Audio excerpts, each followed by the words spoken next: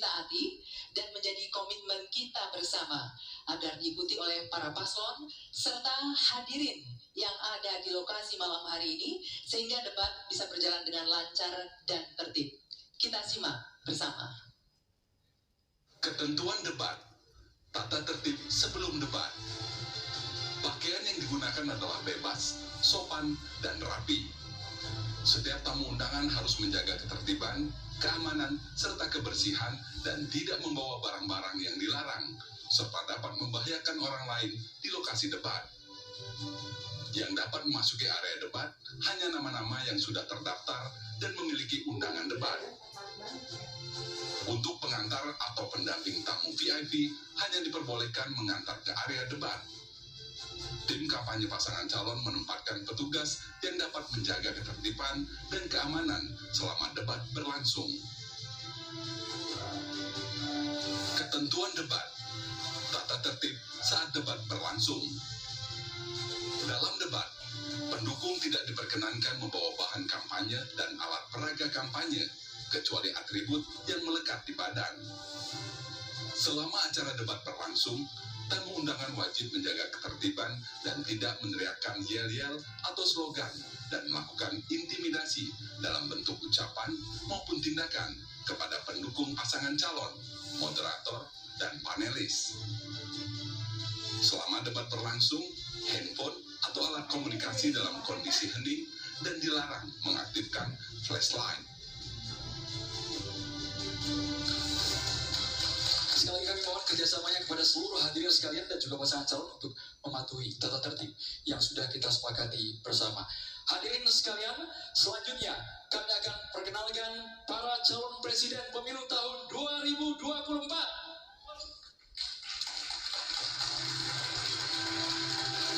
Calon presiden nomor urut 1, Bapak Haji Anies Rashid Baswedan, PhD.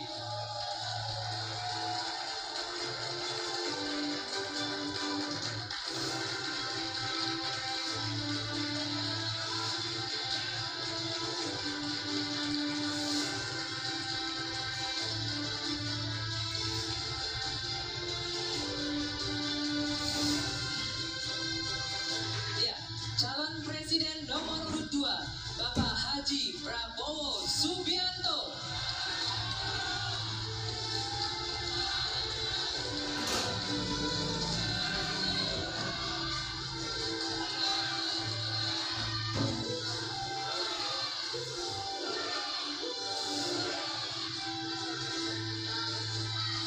Calon Presiden nomor urut 3, Bapak Haji Ganjar Pranowo SH, MIB.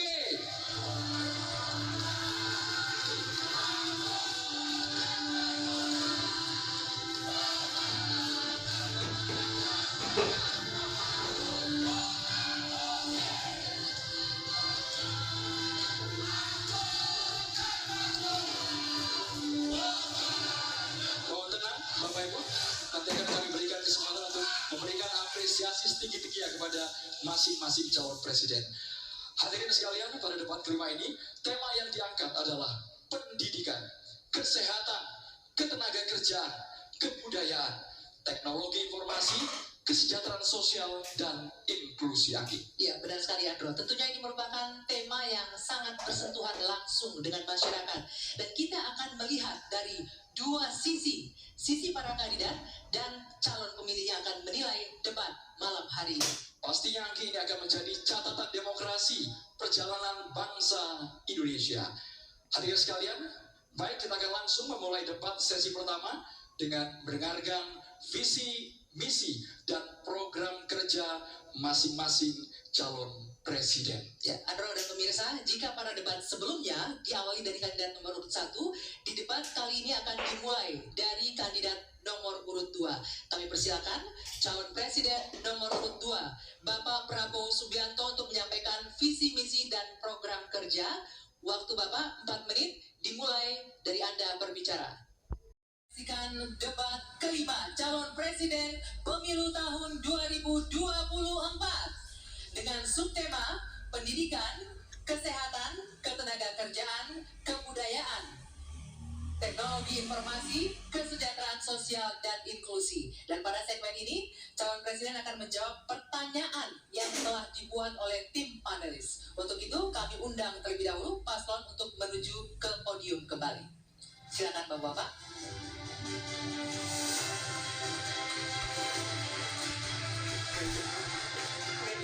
Betul sekali Andi, KPU juga telah memilih 12 orang panelis untuk mempertajam dan menggali visi misi dan program kerja calon presiden. Sejumlah pertanyaan juga telah disiapkan dan KPU telah menentukan mekanisme agar pertanyaan yang disampaikan sesuai dengan subtema.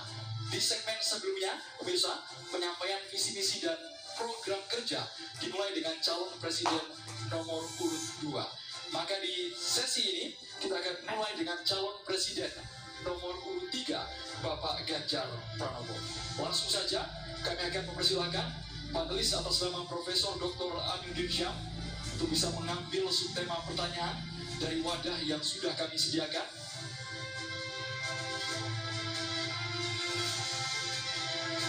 Kami mohon untuk dibuka dan diperlihatkan kepada calon presiden dan ke kami, moderator.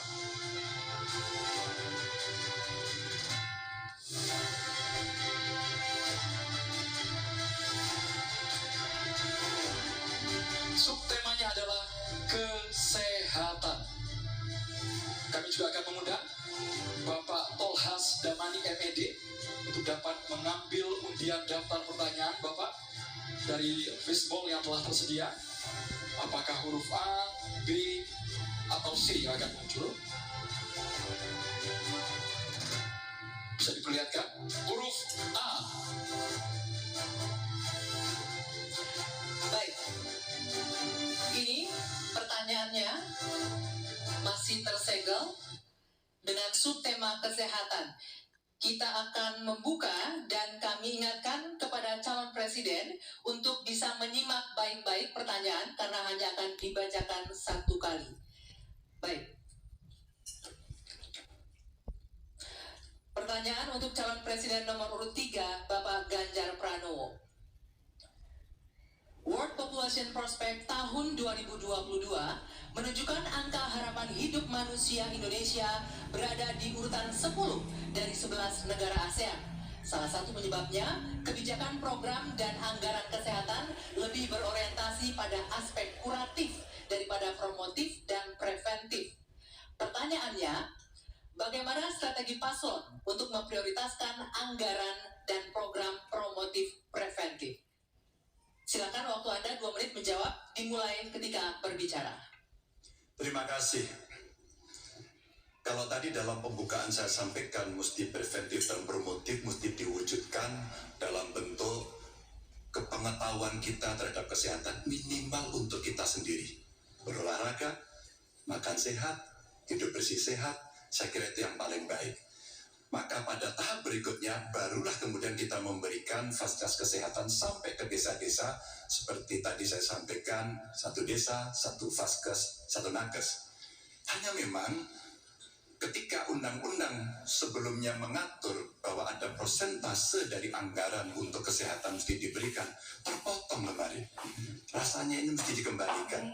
Angka 5-10% menjadi angka yang bisa memastikan dalam politik kesehatan kita, layanan itu akan jauh bisa lebih baik. Namun ingat, kalau kita bicara angka harapan hidup, maka terhadap mereka mesti mendapatkan layanan kesehatan baik, mereka mesti mendapatkan hiburan yang baik, budayawan juga bisa membantu mereka untuk bisa membahagiakan mereka. Maka pada saat itu ternyata ada juga keinginan dari masyarakat, kami juga perlu mendapatkan layanan yang baik. Maka kalau kemudian kami bisa mendapatkan layanan baik, maka kami merasa nyaman, kami senang, dan hidup kami akan lebih panjang. Maka peran posyandu, peran dasawisma, peran kelurahan, RT itu menjadi kekuatan yang luar biasa. Di samping tentu saja pemerintah akan mendampingi dalam setiap kebijakan yang ada. Sehingga dalam politik anggaran ada persentase yang mesti disiapkan agar anggaran kita bisa cukup untuk bisa memenuhi. Tentu ini kita bisa lakukan secara bertahap. Dan itulah program yang cukup bisa komprehensif menyelesaikan bagaimana harapan hidup bisa jauh jauh lebih panjang. Ya, selanjutnya kami berikan kesempatan untuk Capres nomor 1 Bapak Anies Baswedan menanggapi jawaban yang disampaikan oleh Pak Ganjar. Silakan Pak Anies, waktu Anda 1 menit dimulai ketika berbicara. Yang tadi disampaikan baik dan izinkan saya meneruskan bahwa salah satu persoalan utama adalah pusat kesehatan masyarakat kita saat ini diarahkan terlalu fokus pada hal-hal yang sifatnya kuratif. Lalu urusan kesehatan seakan menjadi urusan Kementerian Kesehatan dan Dinas Kesehatan saja. Dan salah satu masalah utama adalah banyak yang disebabkan oleh pola hidup yang tidak sehat. Karena itu kami melihat yang disebut sebagai promotif, preventif, kuratif ini harus seimbang. Jadi kesehatan itu harus lintas sektoral. Kami pernah lakukan ini di Jakarta. Yang kita kerjakan misalnya membangun air bersih misalnya di Kepulauan Seribu supaya mereka dapat air yang sehat. Yang kedua membangun taman-taman, membangun jalur sepeda, kemudian membangun trotoar, membuat orang berjalan kaki, festival olahraga. Jadi unsurnya adalah lintas sektoral supaya dana itu bukan hanya pada dinas kesehatan tapi pada semua bidang yang terkait dengan preventif promotif. Ya. Berikutnya, kami persilakan Capres nomor urut 2, Bapak Prabowo Subianto untuk menanggapi jawaban dari Pak Ganjar. Silakan Pak Prabowo, waktunya 1 Ya, menit. jadi saya lebih ke arah solutif langsung dan cepat. Masalah kesehatan di Indonesia adalah kurangnya dokter. Kita kurang 140.000 dokter. Itu utama. Bayangkan kalau ada yang kena stroke atau serangan jantung, dua sebab yang paling besar kematian di beberapa kabupaten tidak ada spesialis jantung atau spesialis stroke. Dua, tidak ada perlengkapan yang memadai. CT scan, PET scan, jarang ada di kabupaten. Ini harus kita atasi dan ini bisa kita atasi. Jadi solutifnya demikian. Dan yang paling penting dalam preventif adalah makan bergizi untuk anak-anak dan ibu-ibu yang melahirkan. Makan bergizi ini meningkatkan daya tahan, imunitas, mencegah penyakit. Ini adalah strategis sekali. Makan bergizi untuk anak-anak Indonesia. Terima kasih. Waktunya habis. Ya. Silakan Bapak Ganjar Pranowo menanggapi jawaban tadi. Silakan direspon jawaban tadi dengan waktu 1 menit. Silakan. Ya, terima kasih.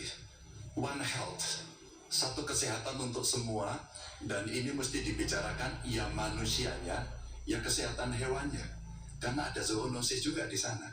Maka kalau kita bicara bagaimana secara holistik, maka kesehatan semesta inilah yang mesti kita ciptakan.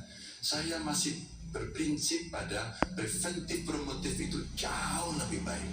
Kalau tidak kita kokul, biaya kita akan habis untuk menangani orang sakit. Tapi kalau kita bisa mencegah, maka inilah yang akan bisa membuat manusia bisa hidup sehat. Maka sekali lagi, anggaran pendidikan untuk pencegahan, untuk kesehatan itu bisa kembali pada formula awal, dan yang kemudian kita menciptakan ruang-ruang layanan yang jauh lebih baik, apalagi untuk preventif dan promotif yang bisa diberikan oleh pemerintah. Ya. Baik, selanjutnya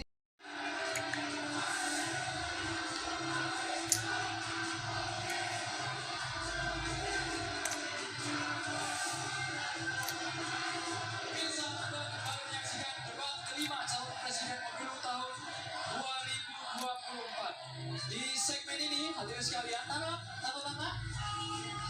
Mohon ada waktunya nanti. hadirin sekalian, Tolong ada waktunya nanti. Terima kasih. di segmen ini pemirsa calon presiden masih akan menjawab pertanyaan yang telah dibuat oleh tim panelis sesuai dengan subtema pendidikan, kesehatan, ketenagakerjaan, kebudayaan, teknologi informasi, kesejahteraan sosial dan inklusi.